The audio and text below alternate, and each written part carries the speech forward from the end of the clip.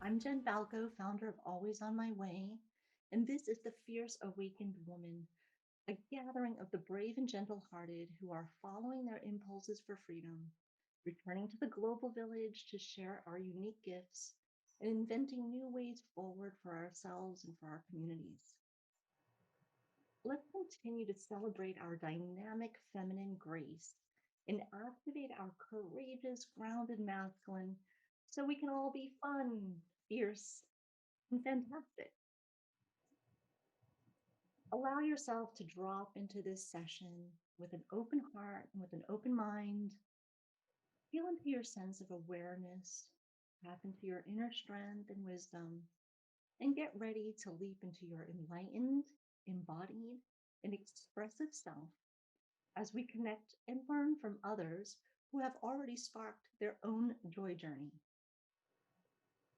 As you settle in and tune into what's present today, please join me in welcoming Peggy Reader Moore. Hey, Peggy. Hi, Jen. I'm so happy to be here. I'm so grateful that you're doing this summit. This is wonderful. Thank you. Thank you, Peggy. Thank you for being here. And I know we have a lot to talk about today. You've inspired me for a long time. We'll talk a little bit about this. But before we jump in, let me tell you a little bit about Peggy. For many years, Peggy has listened to the voice within and followed the guidance to the unusual and amazing paths along her spiritual journey. She pursued academic degrees in behavioral sciences, world religions, history, and education. Sought ancient wisdom through metaphysics, meditation, and indigenous spiritual practices, including a pre Celtic, Old Irish ways with an Irish medicine woman and deeper studies with an Egyptian Sufi mystic.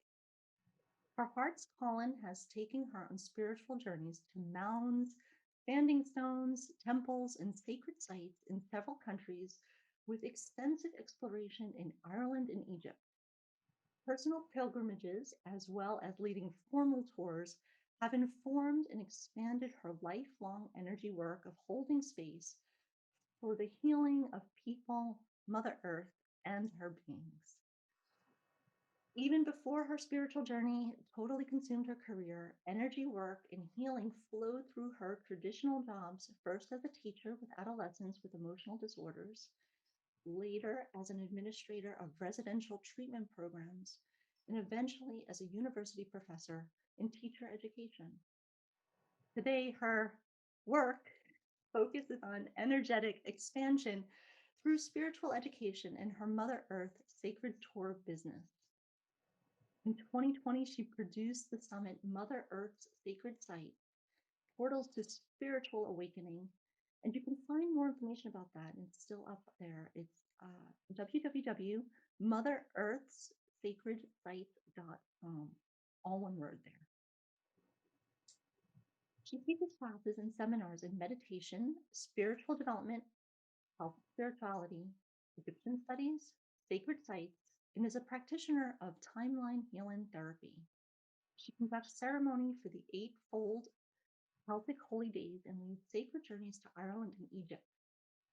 Information about her classes, meditation, timeline healing, and sacred tours can be found at motherearthsacredtours.net. Just on a personal note, before we jump in, I'm not even sure how I met Peggy. I'm sure there was a common jump, but I watched Peggy's summit last year, and I was so inspired to see all these different people come together and talk about these beautiful and sacred spots on the earth. And for me, as a long distance walker and a backpacker, this idea of making a personal connection with the earth as a pilgrimage is always just incredibly special to me. So Peggy has uplifted me and has me thinking about different things as I move through the world and look for different connections to the earth, whether it's through the elements or through different goddess archetypes and all sorts of different things. So, welcome, Peggy. How are Thank you? you. Wonderful. Thank you. Thank you. Yeah, that pull to the earth is, to me, stronger than just about anything. I feel, so aware of that earth around us, that the not just the physical earth, but the non-physical energy of the earth. Yeah, yeah. And it's and now that we're spending so much more time indoors, I think making sure we can find those connections right now is really important in this Mhm. search for being fierce and courageous and resilient and all the things that we have to be Yeah. to do. But tell me a little bit about, like, what was your first memory of awakening to your own courage? You have such an interesting journey here. I don't even know where It to start. it's been an interesting journey, and I have to travel back. As I thought about it, as I thought about your summit, I was thinking about my first awakening. I think I have to take that back to when I was 9 years old. My grandfather, who today I look back and I realize, I understand, my grandfather was actually one of my spirit guides. Um, he was born, I think, maybe even before 1900. But this man should have been in World War One and somehow missed it. Now, he was the youngest of, I think, seven children, and other brothers went to the war. He missed the so-called, what was it, Spanish flu, they called it. Mhm. Yet other brothers, I mean, he had a brother who died of it. He never had it. It's like, so anyway, here we are in the 1950s.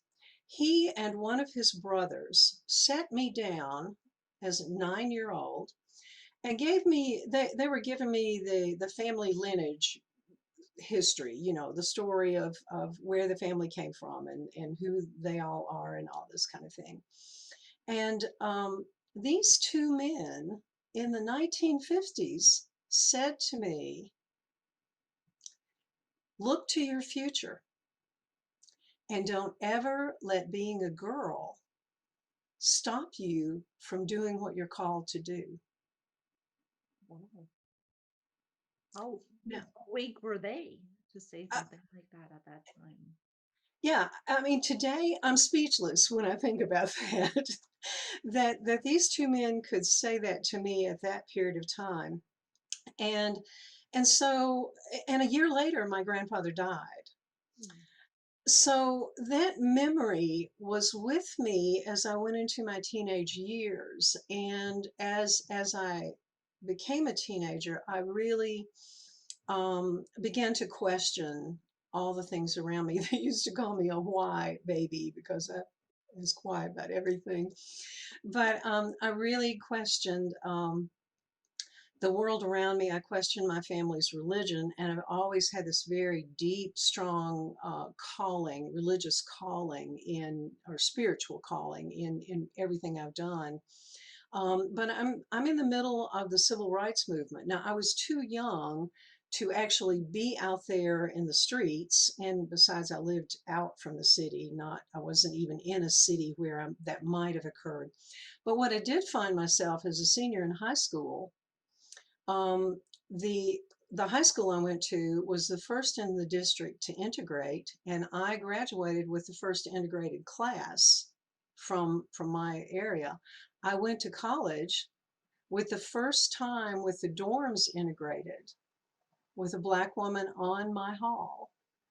And so it was, I mean, so much of what happened to me was circumstantial. I was there at the time that this was going. And so all of this has kind of been the foundation of who I am, and stepping out there, um, sometimes purposely, intentionally stepping out, but other times because I'm in the place for that to happen to me. So it's been an interesting life. The things that I've been called to and the things that I've said yes to. Well, and I think when And we're certainly right now in 2020, the kids who have grown up in this period, or the teenagers who have lived through this, and the Black Lives Matter movement, and this new, and the coronavirus all over the world, right? This is really turbulent times. But the time that you were going to high school, when this was the first integrated high school class, how did what impression did that leave on you of how you interacted with the world? Oh, I was thrilled. I was thrilled. I mean, my family had a true caring for people of the world. And really, the message that I got from my family and my religion that they were a part of was that all people are God's people. And I took that to heart, and when I was in my mid 20s, I married an African American man. This is the 1970s, uh, a little a little before my time, and we had two beautiful children who are adults, biracial women today. So it's been quite an experience. My parents were devastated and really rejected me as a result of this, and I had to say to my mother, you taught me that all people are God's people. What you probably really meant was all white people, but that's not what you taught me. And so to have issue with this didn't make any sense to me, you know. So I've kind of been out there on the edge most of my life. And even in the 70s, this man was a very spiritually directed man as well, as I was. I mean, out there searching for the spiritual path. And we in the 1970s formed three different nonprofit organizations for various reasons, but one of those was called the Circle of Cosmic Consciousness. And we had a weekly gathering, and we led meditation and had a talk. We actually even had a radio program, um, and things like that. So I was out there on the edge. We were often guests on the local, they used to have these Sunday morning local TV programs where they interviewed people. And I was frequently, my husband and I were frequently on there. And this was in a time period where you were not seeing mixed racial couples. And and I have to go back to my grandfather giving me that foundation that go toward what you're called to do. And that's what I have tried to do my entire life. Yeah. And it does seem that there were, let's say, these serendipitous coincidences in a lot of ways, right? Because somebody had to pioneer a lot of this, and through your connection with this man, through your grandfather, and through the questioning of your religion, and the study, and the deeper study of spirituality and religion, how how did you interweave this? Like, how did your spiritual journey evolve? And maybe even just backtrack and say, what is a spiritual journey? What does it Mm, look like? You know, because now we're all waking up to some idea that there's maybe something more for us, and maybe it's not always a religious path, but there is a spiritual calling. So, put some context around that for us, and how you've seen the thread through your life yeah. calling you in this direction. Well, I think there's a song, I can't remember who the artist now, but the name of the song is Everything is Holy Now. And it's a beautiful song. And I think that's so true. I talk about, I lead tours to sacred sites, I talk about sacred sites. And I think there are definitely sacred sites that have a specific energetic resonance, but I also believe that everything is sacred. If we open ourselves to seeing it, to understanding it, and whatever terrible things happen out there in the world and happen to us personally, there's a sacred aspect to that if we can open ourselves to understand that we live in a world of duality. We look at things as good and bad, right and wrong, dark and light. Really, those two are separate, but if you get the full picture, they come together as one. And so, what appears to be this very difficult, ugly, what we say not good situation, what are the elements of the holy? What are the elements of the sacred within that? And I mean, part of that, you find by looking at the gratitude of any given situation. But there is a lesson, there is something to learn through every experience that we go through, no matter how wonderful or how terrible it seems at the moment.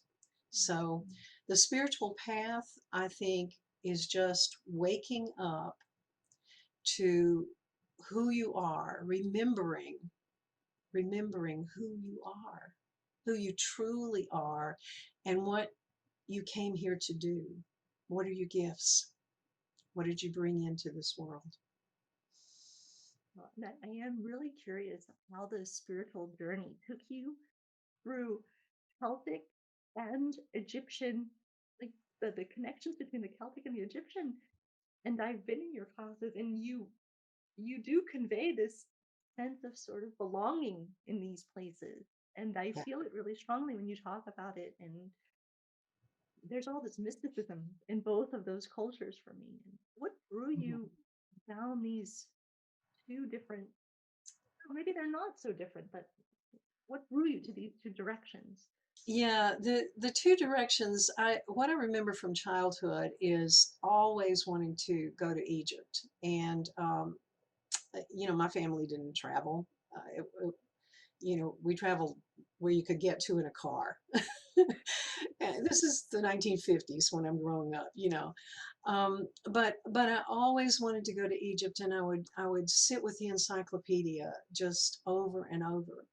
And then the Celtic side was always there because my family, one of my family lines, is from Ireland, and I growing up, I had no idea that I was immersed in an Irish culture. But once I got to Ireland, I realized how very Celtic, how very Irish. The big thing was that I wanted to have the Irish soda bread. I thought, oh yeah. Well, we get there, and it's like I've been making this my whole life. This is we didn't call it soda bread, but and I really began to look around, and even some of the phrases that are just kind of typical phrases in Irish were things I grew up with, and we never talked about having an Irish. I mean, I knew the family line where, both sides of the family where they came from and that sort of thing, but because that was just a part of what we talked about, but it was never, we never identified as an Irish family, is what I'm saying, where in other parts of the country, perhaps people did. So anyway, it was just kind of there in the background for me, just waiting for me to open to that and explore that. And the minute I started hearing about Celtic spirituality, it rang true with me. And so I have pursued that and studied in that direction. And I studied, along the Egyptian line as well. And then eventually I got to Egypt not too many years ago. And both of them feel like home to me. Um, and there is legend that ties the two together. There's also archaeological evidence that validates that people came from Egypt to Ireland. Perhaps the very first Irish tribes were Egyptians.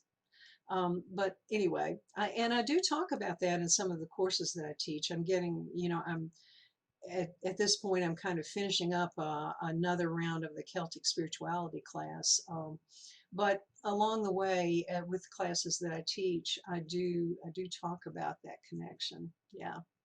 Well, and it's fascinating too that you've created a business around this, right? Of taking people to these sacred sites. And how does that how does it feel for you? Because I know when I go to someplace in the world and when I feel a connection, it feels like I've been there before, even if I've never been there before. My feet, like my body vibrates in a different way. So how do Yeah. you how do you carry that with you? Like, and how do you then share that with others? Because sometimes they may not feel that same thing when you're standing in a sacred spot, right? How do you kind of say, oh, this is actually something I'm connected really deeply with, and we should know about this stuff. Yeah, yeah. Well, it is that sense of home in both of those locations, without question. I feel the same. I live in Western North Carolina in the mountains, and I did not grow up here. I grew up not so terribly far away. I grew up in Middle Tennessee. Um, but the first time that I came to the mountains, I knew I had come home, that this was my homeland. And I had the same experience in Ireland. I was there and I looked around and suddenly said, "This is my Ireland. I know this place." And then in Egypt, I had, a similar experience with that understanding. And so um, the the business has grown out of being in these places and wanting to share that with other people. And as you said, you heard, part of my story, previously, with that blending of the Celtic and the Egyptian, and people tend to really want to hear that. So it, and it comes from the heart. I'm not just telling historical facts. I'm really sharing a part of who I am, and that's how it comes out. Well, and this is what I really love about the way you express it, because when we think of the fierce awakened woman, for instance, right, and how this has come through in my own life, right, and what it meant in my 20s and 30s and 40s, and as I get closer to 50, and I I feel like the word fierce doesn't have to always mean, warrior and bold. It can be really stepping into your own gift here and sharing what Yes. you love, right? And that's what I wanted to ask you, like, what makes you feel fierce? Like, what is the core foundation of your continual awakening? Well, the core foundation of my total spiritual life is meditation, without question. And I think the fierceness comes from comes through that meditation. And I know that sounds like a contradiction, but in reality, the meditation is the place where you commune with the oneness, with the divine, and the courage and the strength that you need to stand up for who you came here to be comes from that foundation of meditation. And so it's the strength is there. The strength is in opening to the divine and letting that come through in whatever way it comes. I mean, it may come in, you know, you may hear, you may experience, you may see something and it triggers, this is what you're supposed to do. I mean, we don't all do it the same way, but I think the foundation to how we get there is through meditation. I agree. I've seen this come through a lot lately in my 40s of being grounded and then going out into the world and taking, Yes. going inward first and then going out so that I Hmm. can own whatever has to come forth. So, Right. but I know you're going to go deeper with this, and we're going to do a couple practices, and you're going to go a little deeper with the ancestors of the spirit wheel. But just before we do that, I want to mention that Peggy's got a few gifts that she's going to offer us. And one of them, I'll mention it here because then we're going to jump it with into a PDF and later into a meditation. So the PDF for today's slideshow will be available also. And you also have on March 31st a free webinar for your next class. You want to tell us a little bit about that? Yes, my next class will be for 4 weeks in April. And so the last day of March, I'm going to do a free webinar, and there on your summit website, there'll be a link to that to register for it. It's the focus of the class is going to be creating your own sacred site, perhaps a physical sacred site, but we start with ourselves. And so it's about bringing ourselves to be the sacred site, and from there expanding to, we'll look at labyrinths and the Vesica Pisces and the medicine wheel or spirit wheel and things like that. But it's the foundation of you becoming the sacred site as you go through this journey. It sounds So, so beautiful. I'll sign up for that. yeah. Um, Especially now with 2020 and 2021, like really taking care of our own bodies and seeing it as a sacred site is, I think, yes, really important as we pivot into whatever direction is going to come next for the world, right? right, right. And then So the slideshow from today, I'll post that on my website. So if you'll go to my website and register, I send out a newsletter about every other month, and then I also send out anytime that I'm a guest speaker or I'm teaching a class, I send it out. So you will get probably not more than one a month, occasionally two in a month's time. So I won't bombard your mailbox, but do sign up on my website, and then you'll be able to find this slideshow. I'll put it under a tab called Fierce Awakened Women. So just remind people the website that they should go to. It'll be on the speaker page as well, but if they're watching it, the video, yeah, the name of my website is Mother Earth Sacred Tours.net. great. Yeah, So you'll find the PDF there, and then on the speaker page, there'll be the link also for the free webinar, which will also be on your website, I imagine, will too. also be on the website too. Yeah, yeah. Okay. Let's Well, jump to go deeper into this.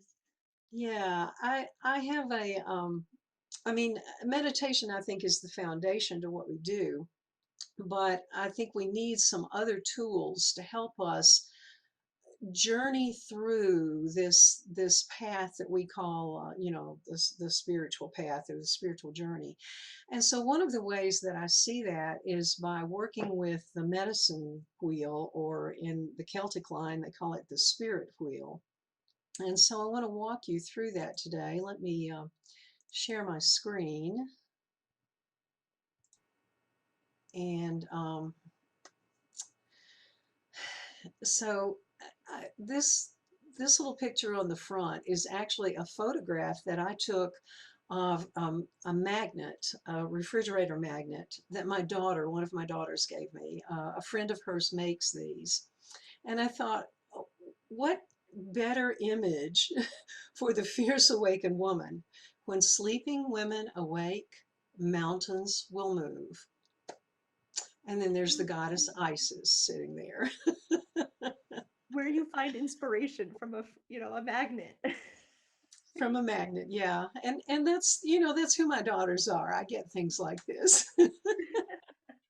So I thought this was very appropriate. And then this picture, this is the Celtic triple spiral overlaid with the Egyptian Eye of Horus. And this is the logo for my website, for my business, because of that blending of the Celtic and the Egyptian. And I consider that the center of the spirit wheel, the center of it. And so, well, let me stop talking and move through a little of this. So when we start this spiritual journey, it's like, what do we do?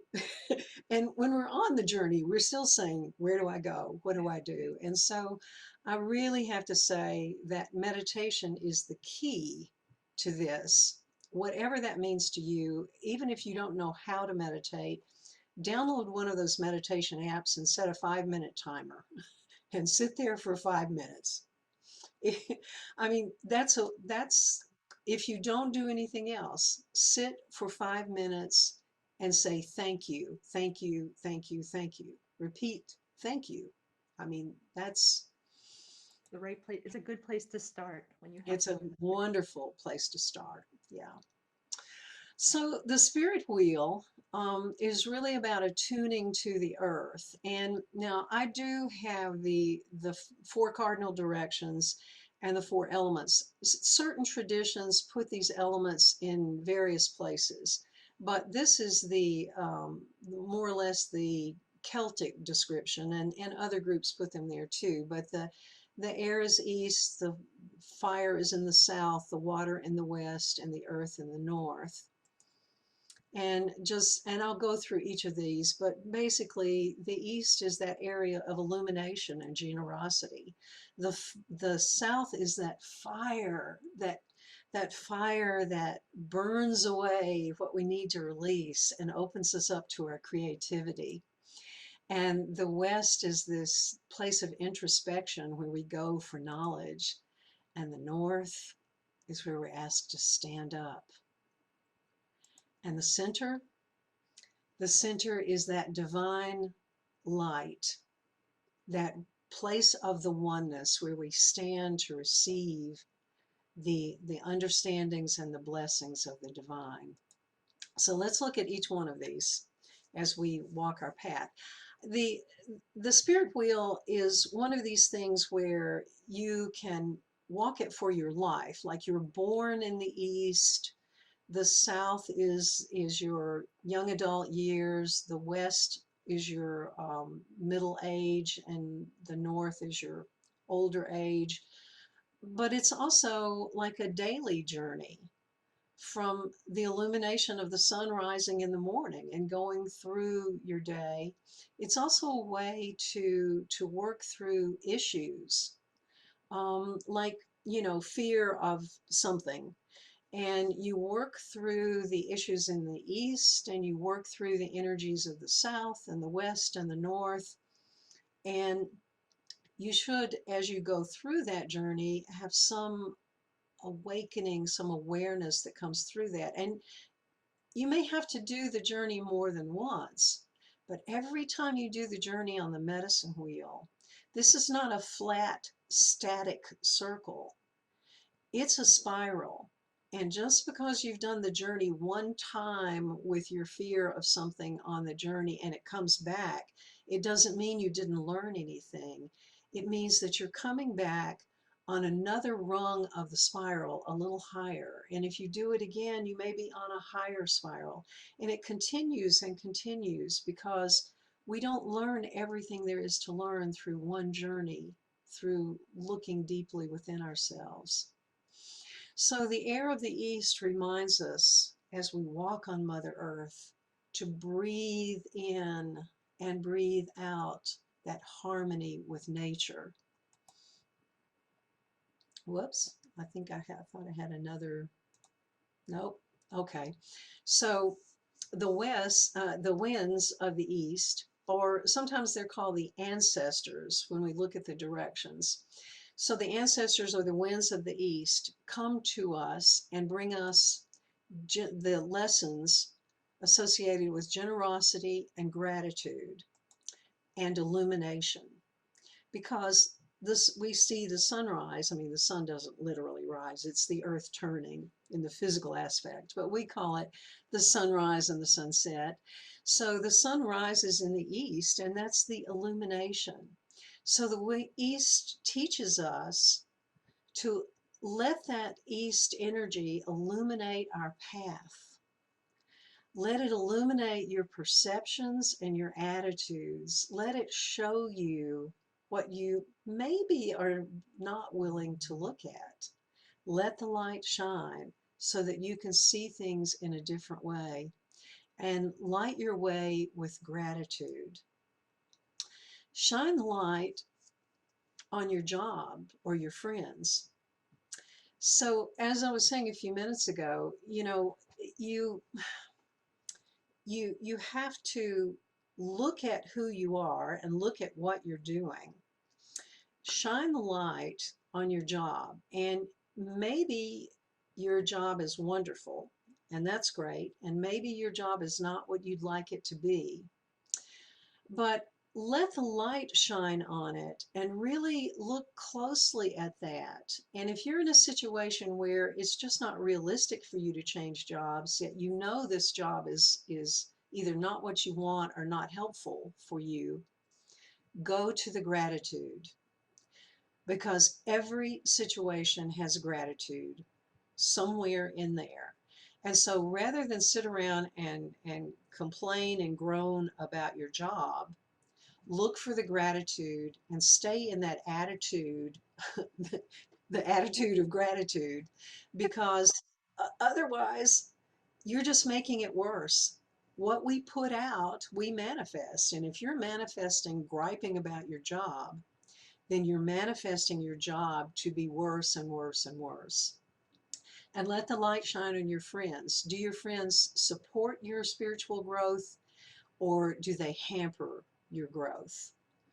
And look at it for the reality of what it is. Pay attention to who you associate with, and and put yourself in situations that uplift you rather than drag you down. And again, go toward the gratitude as you look at that, because how you live your life, the friends you associate with, and the attitude that you put out into the world is how you serve the cosmic.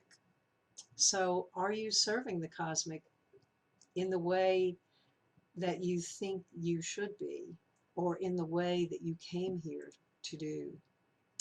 So, we're in the east, the sun is up. Use that energy of the east to manifest a daily practice, and do it with a prayer or a ritual or a ceremony, whatever you need it to be. But say thank you to the morning light, and use that east energy to set your intention for the day.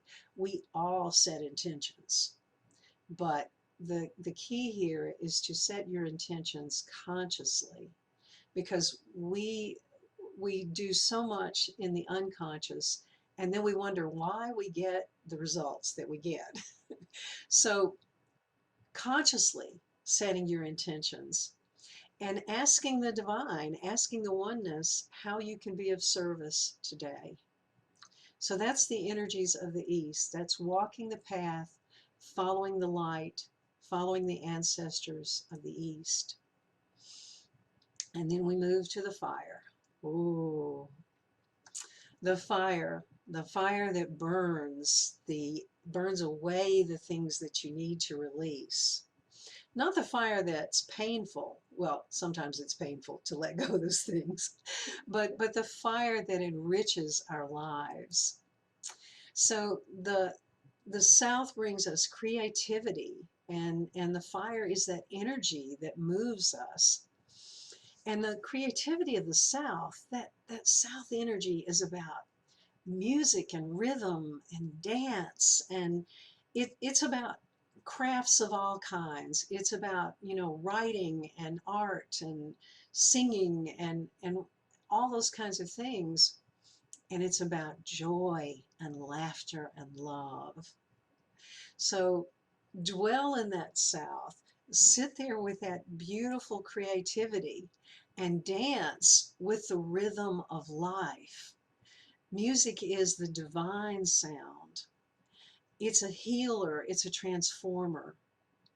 This is a picture of when I was in Egypt with a sacred circle dance tour. And so we danced every day and went to sacred sites and danced again. And so let that rhythm of life move you from the South. And the South winds really remind us to take care of our physical bodies. That's why the dance is so important in that direction.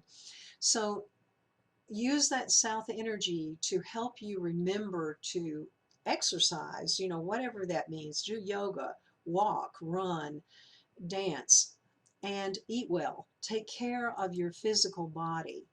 Nurture the physical, but also let that energy of the South help you heal those old wounds.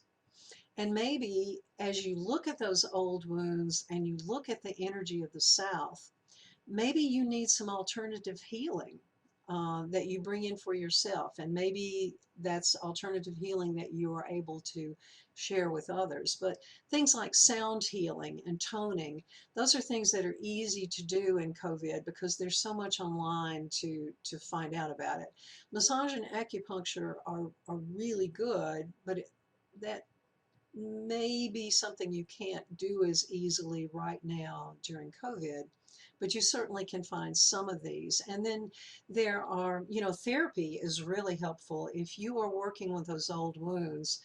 Timeline healing, which is a method that I do, but there's past life regression. There's more typical therapy, and many or most therapists are doing things online today. So remember that part of yourself. Let the South energy give you the joy and the laughter that you need to have in your life, and let that joy help you work through these old wounds. And then we move to the water. I love the water. I love the West. I love the things that happen with us in the West. The West is the direction of introspection. It's the place where we go within ourselves to listen. And in the West, the black bear calls us to take us into her cave. She reaches out her hand and takes us to a safe place where we sit in the darkness. This can be meditation, but it can be, just introspection about who you are and where you're going. It's an entire process that we can go through with the introspection. And the West is also the place where we seek knowledge. So as you seek knowledge in the West, educate yourself. Expand your perceptions, because our perception of who we are and what the world is usually pretty limited. So use the West energies to expand that perception. Read. Read fiction, read nonfiction, whichever you prefer the most, do some of the other. but, but read, expand from that direction. Attend classes and seminars and summits. It's a wonderful thing to do. And when you can, travel. Travel can give you a very different look at the world, a very different perception of the world. This is one of my friends I traveled to Egypt with, one of the trips. So in the West, we also are seeking that heart knowledge as we go into the introspection. And the heart knowledge is that longing for the union with the sacred. It's opening ourselves up so that we can understand more. And I'm not talking about the knowledge of the intellect. It's the knowledge of the heart, seeking that beyond the physical human body that we have, and reaching for that connection with the divine. And so meditation is a critical part of that. But find what you need to connect to that place with the earth. And there are many different things there are walking meditations and labyrinths, but look at spiritual dance. Sacred circle dance is a really dynamic connection with the earth. There are dances of universal peace that the Sufis of the West do. Sufis of the East do a dance as well, but it's a little different from the dances of the universal peace. Belly dancing with the goddess. It's, That sounds luscious. it is. It's a beautiful thing to do. And um, our concept of belly dancing, our Western concept, is that it's, this old sexy dance that you do. And no, in fact, it's really about going to the divine feminine within you. It's a dance of the womb. It's the dance of becoming the true woman that you are. And in the East, belly dancing is really, I mean, they do it for tourists and it's, all the, but true belly dancing is looked at as a sacred dance. So find your place in the West and take care of yourself. And then as we move to the north, this is the direction of the earth.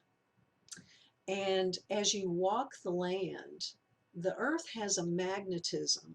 And so when you walk, become conscious of the steps that you're taking on the earth and let that magnetism of the earth ground you.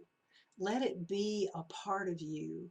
And as we said before about the breathing, breathe that atmosphere of the divine love. Let that come into you and let the plants and the minerals, let the earth itself heal you. Be one with the earth. And the direction of the north, big time challenges. It's the place where the ancestors call us to to stand in balance, to stand in harmony and awakening. I associate a number of goddesses as guides, and for this one, for me, it's Ma'at, the Egyptian goddess of justice and balance and harmony. And that's our challenge in the north, to stand in harmony, to live in harmony, because that north holds much power. It's the place of compassion and connection with all of life. And so walking the path to the north can make a critical difference in how we see ourselves. And the winds of the north, the ancestors of the north, help us take our dream time visions into physical manifestation. Use that guidance, that energy from the north, to look at your dreams, to look at your nighttime dreams, your daytime dreams, and look at the ways that you stand in balance and put those into physical manifestation. And then the north is also the place where we face our shadow selves. It's the time here on earth. It's the time for action, and it's time for us to look at that shadow self. It's time to work through those issues that we have. It's time to let go of fears. We have many fears. So take them one at a time and let go of those fears and turn and so much of the time we talk about, let go of your fear, like tamp it down and destroy it. No, this is not about destroying it. This is about transmuting it, taking the energy that you've put into the fear and turning that energy into strength, recognizing that you have spent a lot of time and a lot of energy into maintaining your fear. So take that same energy and put it in, and turn that fear into strength.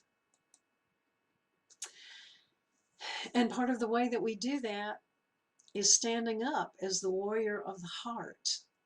Now, the concept for me, when I first came into this, the warrior did not ring true with me, because warrior to me was about people going to war. And, I'm pretty much a pacifist, and I did not want to do something that had an association with war.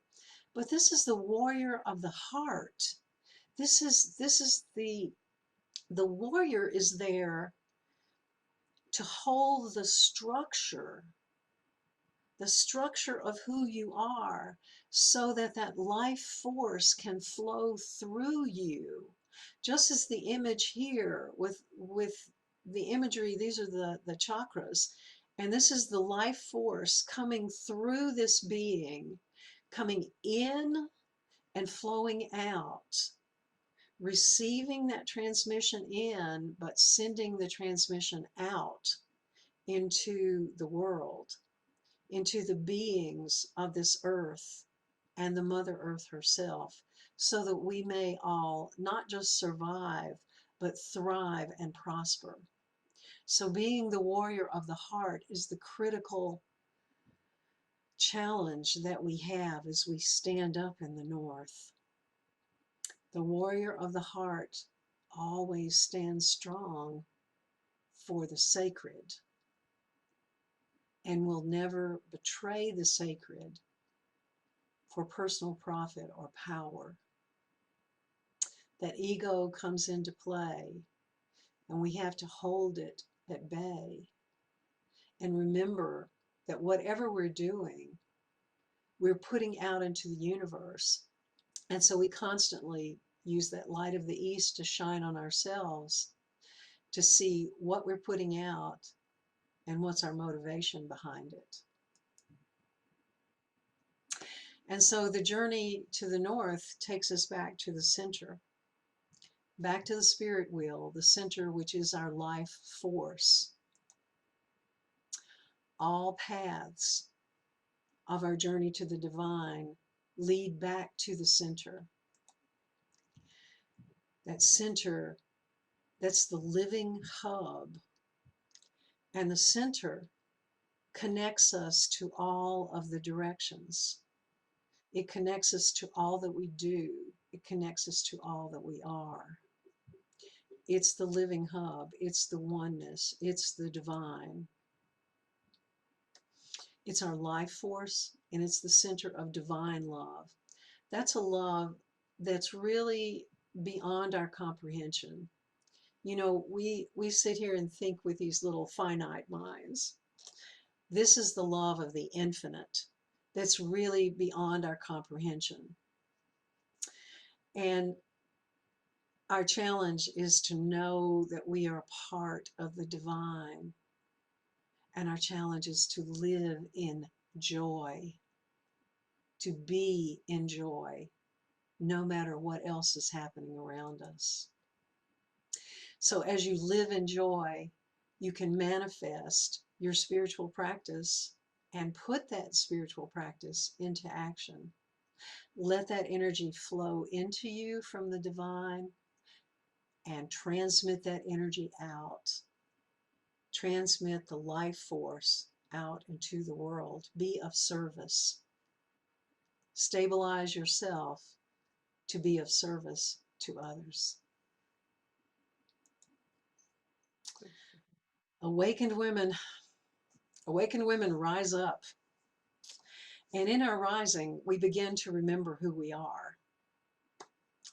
And if we can remember who we truly are, we can step into the courage. That center is the sovereignty of who we are. And the courage is there waiting for us to accept it. So remembering who we are can help us reach into that. And once we accept that courage, we can deepen our connection. We can remember who we are and attune ourselves to what happens around us. We can attune ourselves to what we receive in meditation or what we see and hear and feel in dreams. And we can step into healing work to heal ourselves and perhaps to heal others with whatever method that is that we use. So we step in with courage and watch our interactions, our everyday interactions. You know, animals come to us and look at what those animals, the characteristics of those animals represent to what we need to see.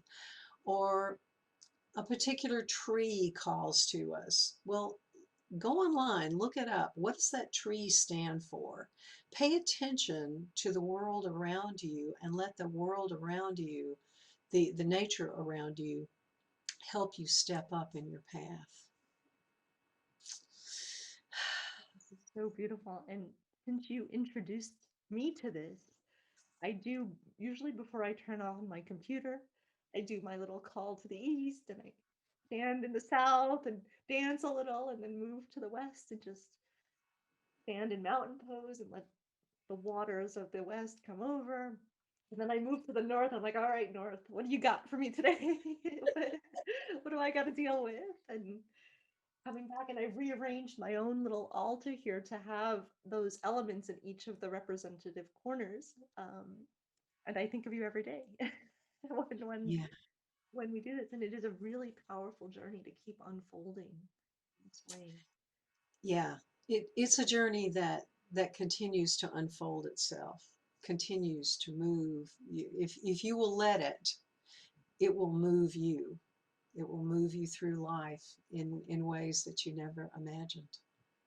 And I love that it can be for the day, or it can be the place that you're born in adolescence, and you can take the journey into so many different levels and layers, and call in ancestors and work with nature and take cues from animals and plants around you. And Yeah, yeah, there's a depth here that needs to be explored by, I think, almost any woman who wants to stand up and stand for themselves right now. yes, Sharing that. yes.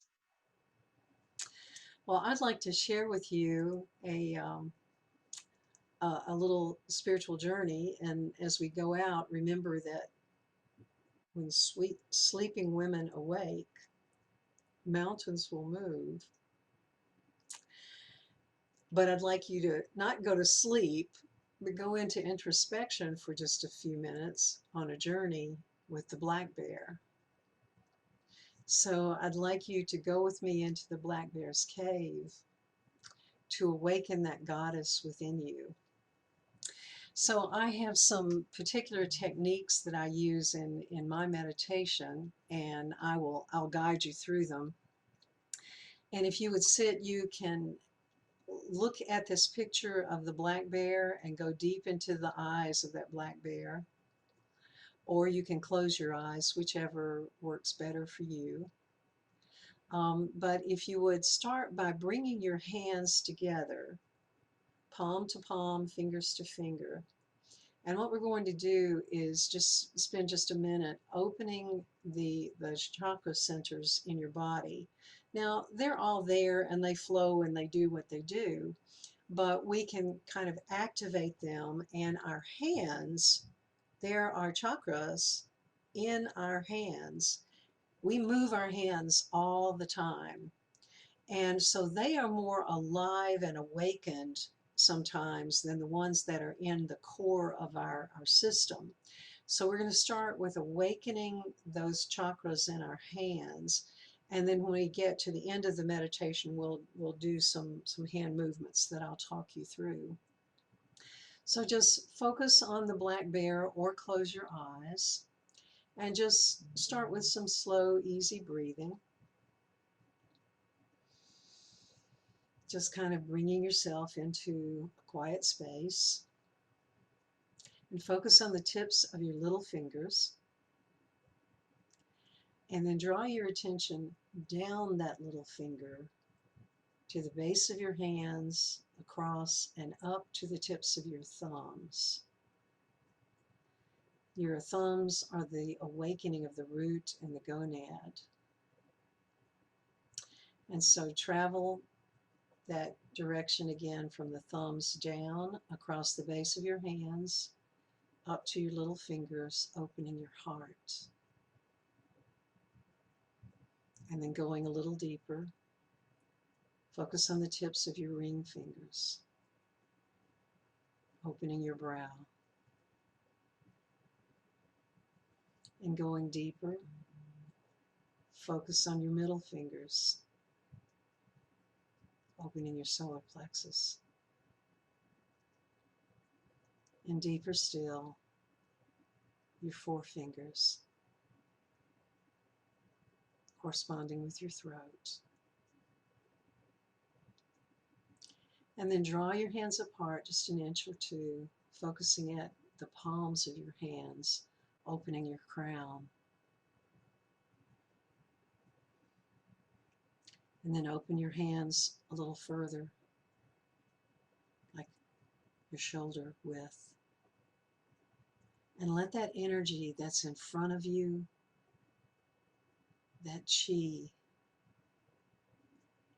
let it float around your hands and draw that energy from your hands in front of you toward your body, through your body, out the back, all around you. And then take your attention to the top of your head, and then drop your attention back in front of the heart. And know that you've set up this flow of energy that will take us through this meditation, flowing from in front of you, through you, around you, to your crown, and back around, a flow. And then just hold your hands there in front of you as long as it's comfortable, or drop them in your lap if your hands are tired. And go with the black bear now into her cave,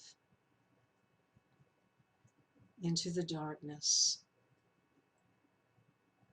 Step into introspection with the black bear.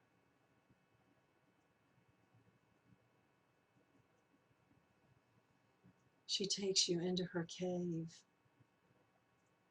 to help you remember your intuition.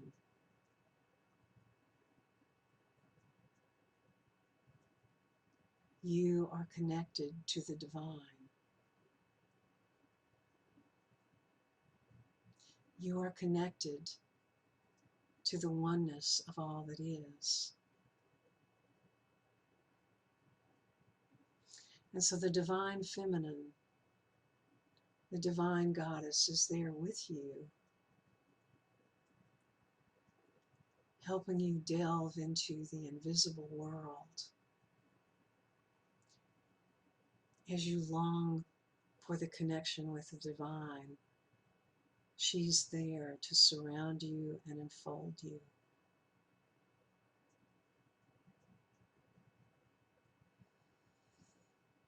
She's there to say she loves you. She enfolds you. She protects you. She guides you.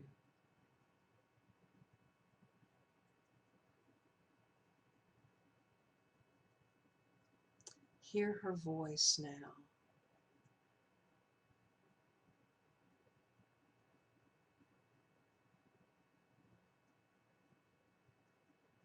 Let her mingle through your mind. Let her settle in your heart.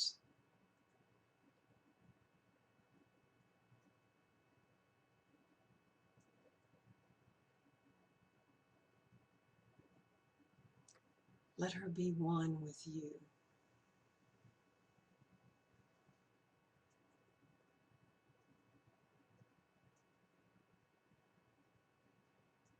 Let her enfold your energy into her energy.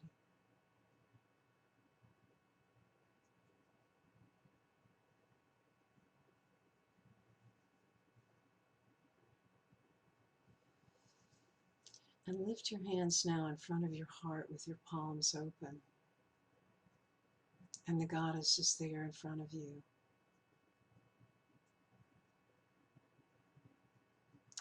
And she says to you, "You are my beloved. You are the beloved of the divine."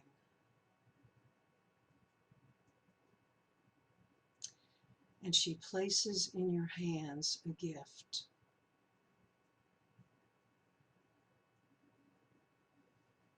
And say thank you for this gift.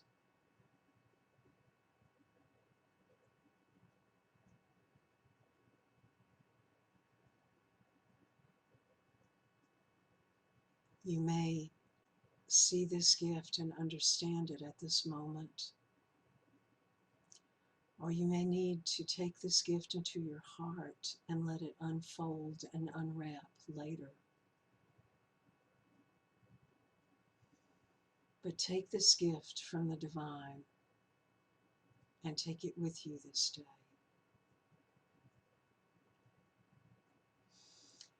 And so fold your hands together, palms to palm,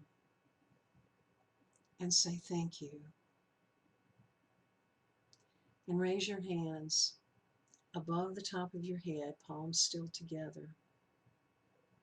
And let that flow of energy from above flow down around your hands and your arms, around your head, your shoulders, all down your body, surrounding and enfolding, all the way down your knees, your feet, and into the earth.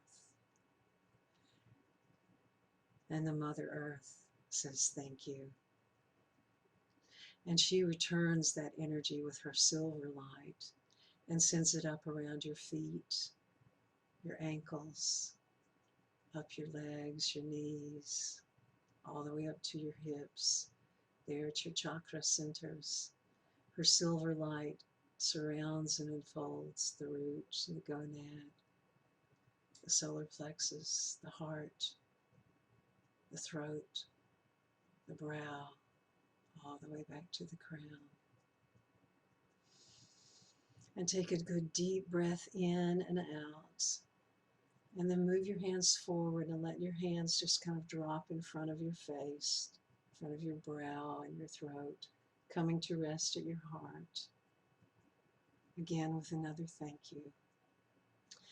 And then place your hands at your shoulders and just drag your hands down the front of your body, across your chest, your stomach, all the way down to your legs. Brush across the tops of your thighs. Rub your knees. Drag your hands down the fronts of your legs and then brush the backs, the calves. Brush your ankles across the tops of your feet. Press in at your toes. And then just kind of lift each foot and brush toward the bottom of your feet. And just shake that off into the earth.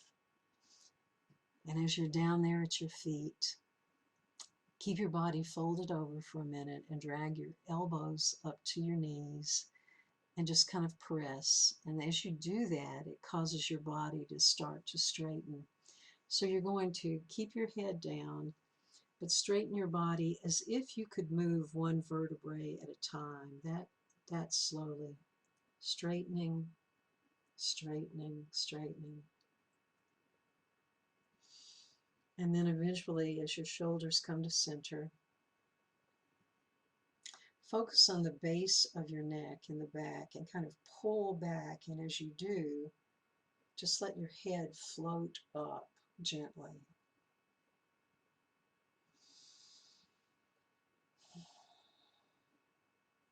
And remember that you've brought back with you a special gift.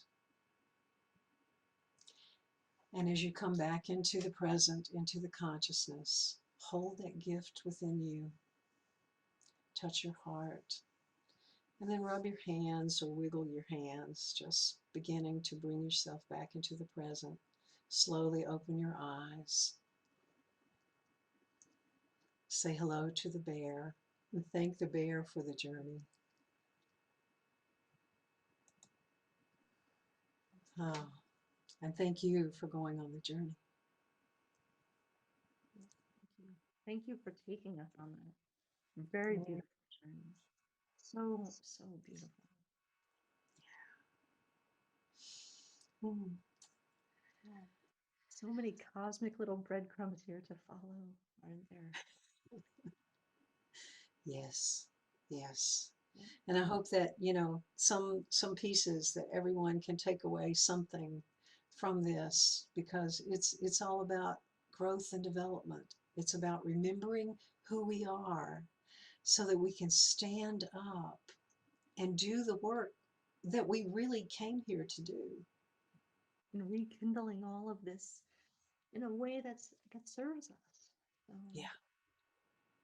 it's such a deep, and that's it. Just take with you whatever means something to you, put it into your life, put it into your practice, try it out, give it space to grow, give yourself space to grow, and just keep coming back to it. And that's what meditation teaches you always, is to just keep taking a fresh start. Yeah. And just a reminder, please click on the links on Peggy's speaker page and get those free gifts, get the PDF so that you can do this journey with that information right in front of you, and sign up for her webinar on March 31st. What's that website again? You might have already mentioned. It's Mother Earth Sacred Tours.net. And that information will be on the speaker page, but you can go directly to Peggy's websites as well to get that information. Thank you so much. Thank you for doing this summit. This is beautiful. This is wonderful. Thank you. Thank you for saying yes. And thank you for inspiring me to help other people inspire. Thank you for helping me help inspire others to go on their own path.